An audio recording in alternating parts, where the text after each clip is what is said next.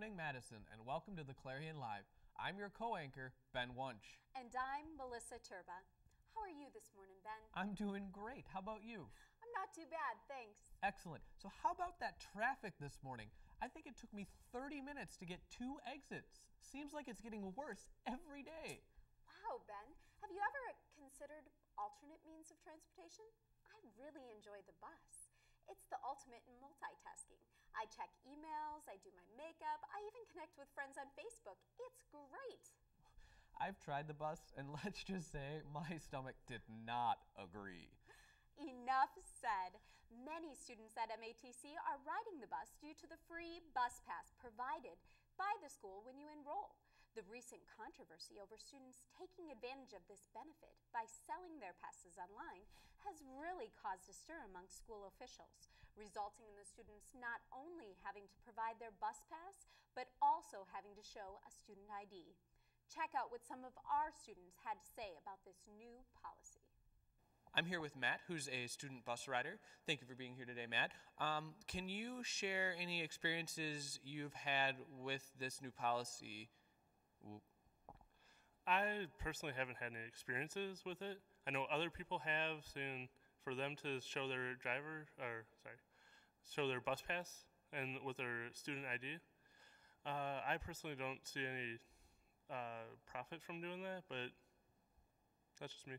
Were you also aware that some students were trying to sell their free bus pass on sites like eBay or Craigslist? No, I was not aware of that. I'm surprised that anybody would. It's free, and what's the profit of getting that? Thank you, Matt, for being here. I'm Ben with Madison College's Clarion. The possibilities are endless when it comes to this new bus pass initiative. We promise to keep you informed as the initiative unfolds. So, Melissa, I was planning on catching a new movie this weekend. Have you seen any good ones lately? Well, Ben, not so sure you'd like my taste in movies. The new Twilight movie was quite phenomenal. Kristen Stewart has come a long way since her beginning days in The Vampire Saga. You would be quite surprised, Melissa. I have quite the tender side. I've been told I'm in touch with the feminine gender. Chick flicks rock. Great to know, Ben.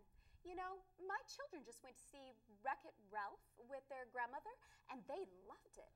Funny you'd say that, Melissa. Our senior movie critic, Tom Richardson, just did a piece on that for the Clarion and had great things to say as well.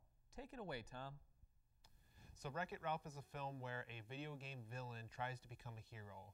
And how he does this is there's this thing called the Game Central Station. And this allows game characters late at night when the arcade is closed to go to other video game worlds and to kind of explore it, and they can decide if they want to be good or bad since it's not their own game. So Ralph decides to be the hero of a game called Hero's Duty, since his world kind of doesn't respect him. You know, he's the villain, people don't like him. And so in this Hero's Duty game, he actually wins the gold medal. And but in the process, he really unleashes something called a Cybug, and this goes into another game world called Sugar Rush. And Ralph, it gets into a pickle again because not only does, this Cybug infect the Sugar Rush world, but it will also infect the whole arcade if he doesn't act quickly. And because Ralph really wants to get this hero reputation and he wants to be the guy that people will remember as the good guy and not the bad guy, this is his opportunity to be good. And so what he does is he goes into this world and he must stop the Cybug. The art direction's top notch. If you love video games, you're going to love all the homages they make to real life games. It's really interesting because Ralph actually interacts with real life game characters throughout the movie. And it's not just games that it references. There's product placement, there's like popular TV shows, popular films. My Cuberdese is a little rusty. Ralph's gone to Hero's Duty? This Game Central Station leads to other game worlds. We don't get to see those other game worlds, unfortunately, because most of the film takes place in Sugar Rush while Ralph is trying to get rid of the Cybug with this little girl played by Sarah Silverman. But for the most part, it's an excellent film. If you love video games, it's definitely worth seeing. To Game Central Station. Trains for all game destinations now boarding. Looks great. I think I'll check it out this weekend. Speaking of entertainment, Madison College has quite the December sports lineup. Although men's and women's basketball has had a little bit of a rough start, We think the Wolfpack will pull through. I have always thought it was more fun to watch the underdog triumph. It makes for a more interesting game, don't you think, Ben? It sure does, Melissa. You won't want to miss this lineup.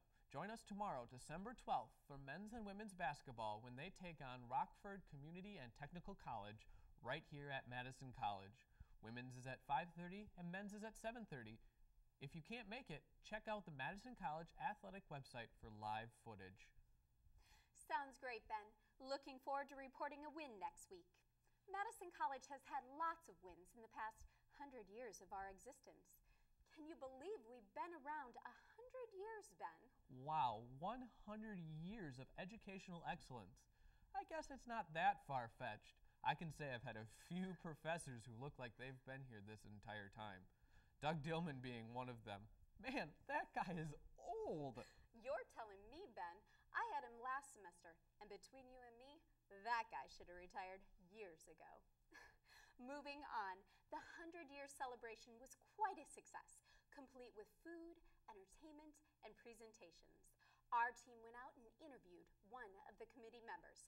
Check out this segment.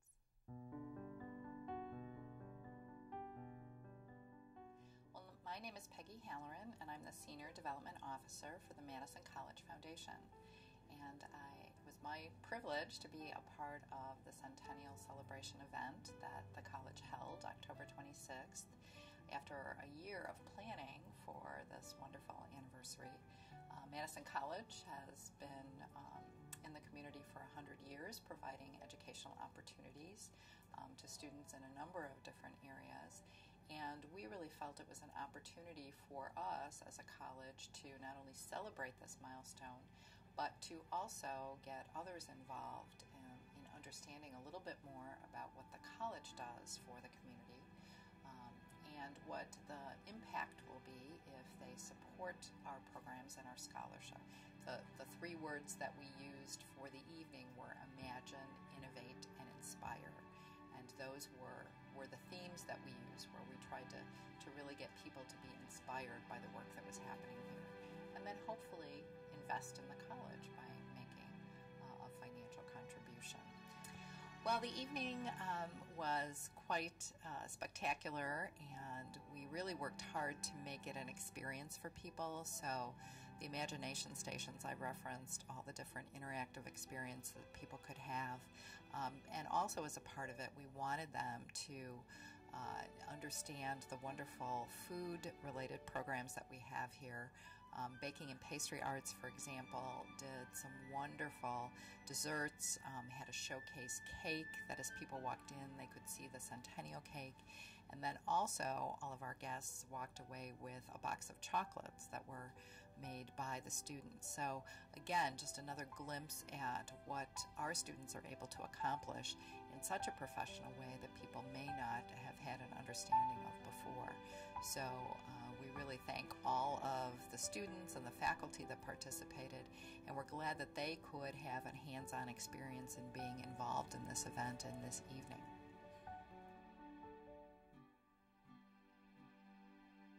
It's that type of enthusiasm and dedication to our organization that makes me proud to be part of the Madison College Wolfpack. I know what you mean, Melissa. Well, it looks like we need to head to a commercial break. More to come after this break. Be sure to stay with us as we report on the Madison College's drama department and the upcoming To Kill a Mockingbird auditions.